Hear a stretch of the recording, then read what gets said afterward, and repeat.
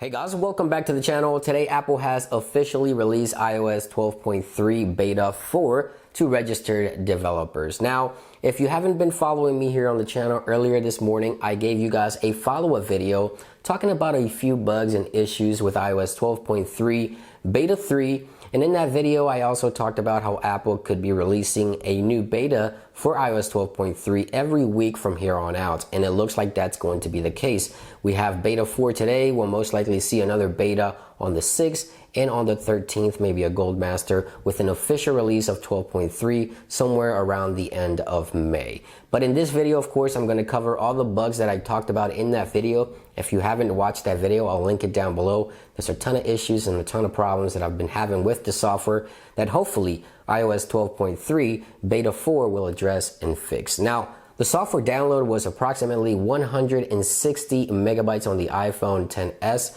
I also updated the iPhone SE. That came in at approximately 94 megabytes. So as usual, that's going to depend on the software that you're running and the device that you're using, the beta that you're coming from. So before we begin, I want to go ahead and check out the current build number. Of course, developers, you can go to General Software Updates and you'll see this populate. You can install it now. For public beta testers, as always, you'll see this a little later today at the latest tomorrow. So software version here, we tap build number 16F5148A. So longer build number, this usually means we still have another beta or two before its official launch, and we still have the feedback application on the Springboard, which means it is not the Gold Master copy. Now, one of the things I talked about, one of the issues I talked about with iOS 12.3 Beta 3 was Wi-Fi and cell connectivity issues. Now, of course, all that I can cover on my follow-up video. I need some time to test that stuff.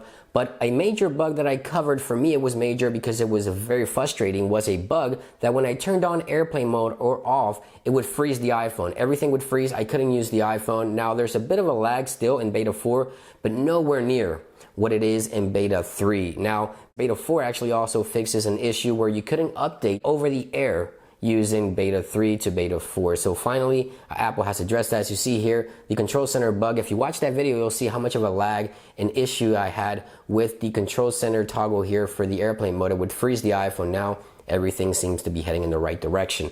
Battery wise, this software has been good on new and older devices. I have to say, Apple is really focusing on bringing the optimization for older devices with iOS 12.3, which is a good thing, but also could mean an indication that a lot of these older iPhones will stay out of iOS 13 coming in June. Now, this is an iPhone SE, and this one is running pretty good. I haven't had the issues that I had on new devices. I haven't had those on older devices. That's a good sign for older devices.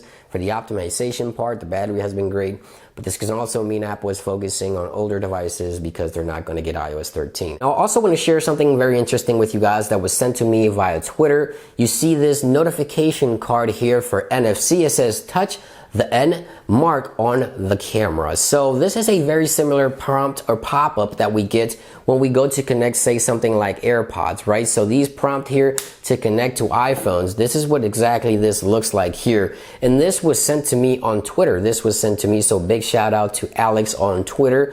He sent this to me asking, is NFC going to be opened up on the latest iOS 12.3? This is yet to be determined. He says this prompt, this pop-up appeared on his iPhone when next to a Sony QX10 camera. So I guess NFC could be opening up on iOS 12.3. I've never seen any prompts like this. I have multiple NFC devices and I've never received any of these prompts. So we'll have to wait and see what comes out of this, but that's pretty much everything I wanted to share with you guys in regards to performance, batteries, and any additional features and issues that I may come across. You guys already know in the next 2 to 3 days, there'll be a follow-up here on the channel, so be sure to subscribe and turn on notifications so you don't miss that. And thank you for watching today's video, guys. I hope you guys have a great day. I'll see you on the next one. Peace.